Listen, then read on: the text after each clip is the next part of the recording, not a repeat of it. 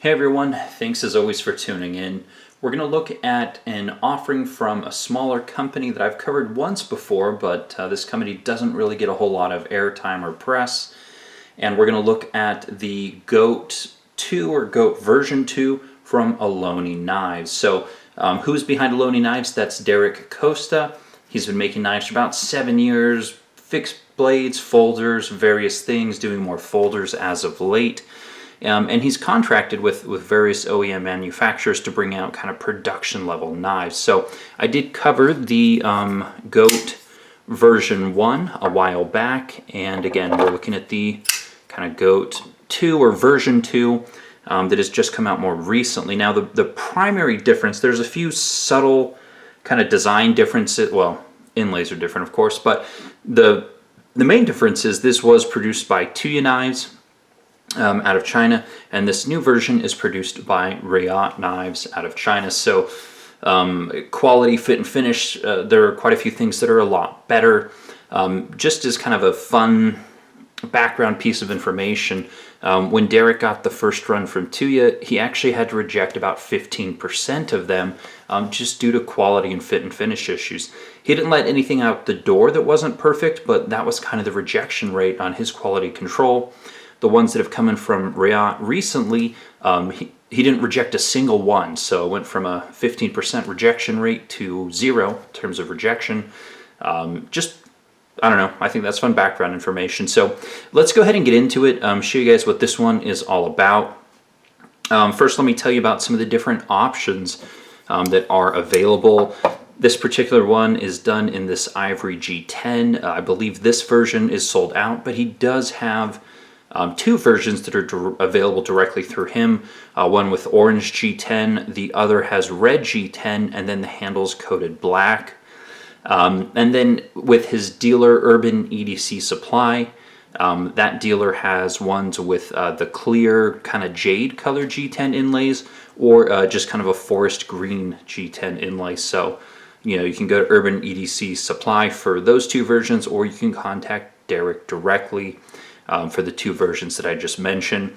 His website is kind of neglected, so you can message him on Instagram, you can shoot him an email, or the best way to kind of stay up to date with him is to sign up for his newsletter, where he does offer models at a discounted price before they go live. So probably a good idea to do that.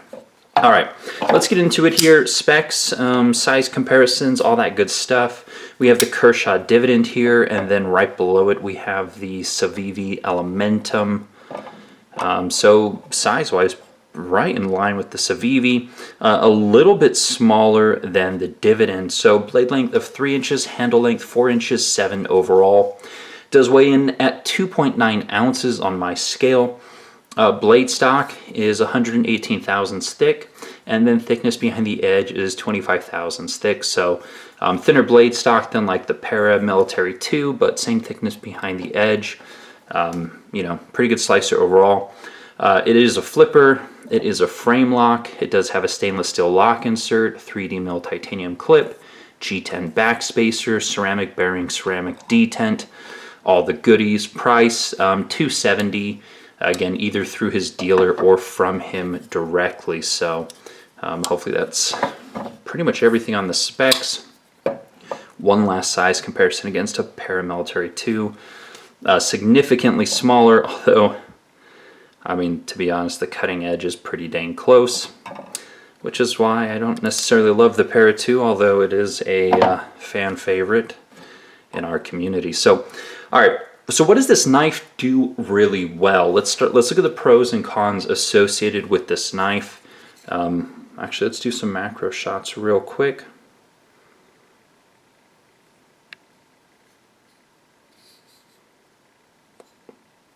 Inlay work is nice and clean. Torque's hard to wear throughout.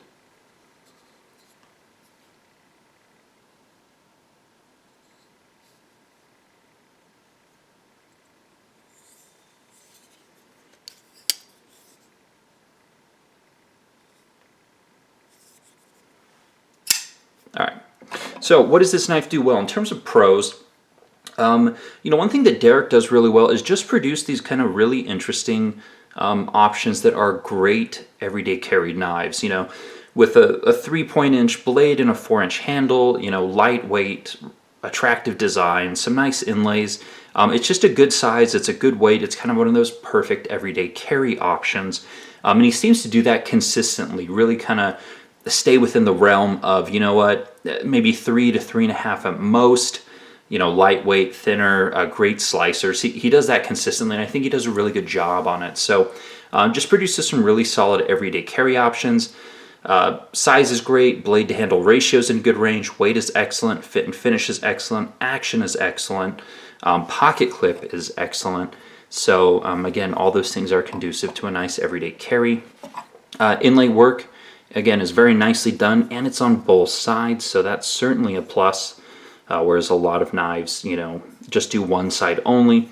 Although, you know, priced at $270, you know, you're paying a little bit more for that, but I would argue it's probably worth it.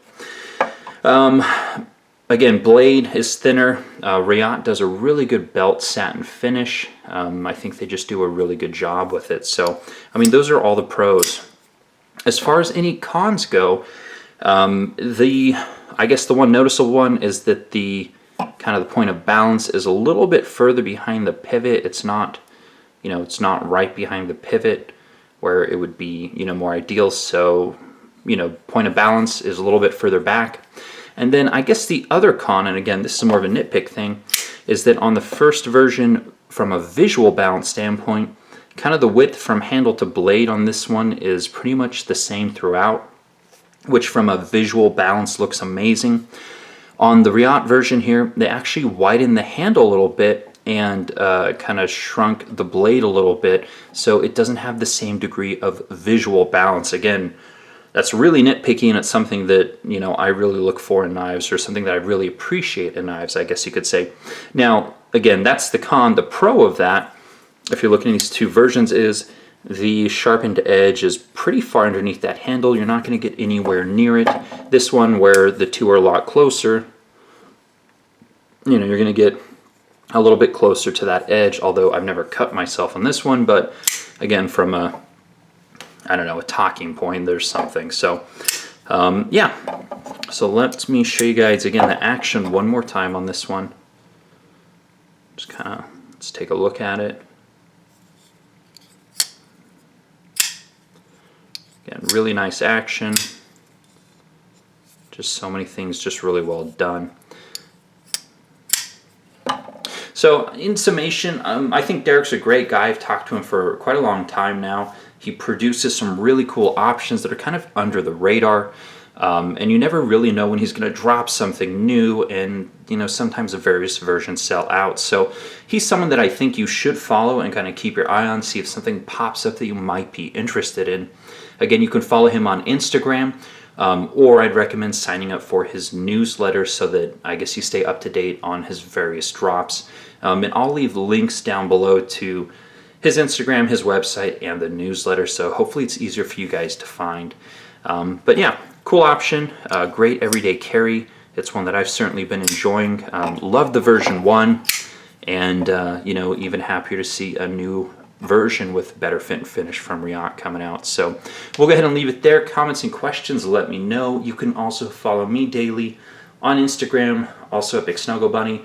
If you enjoyed the video, please give me a thumbs up, since the YouTube algorithms certainly hate the content that we produce, which are knives and enthusiast gear. So anyways, thanks for watching. See ya.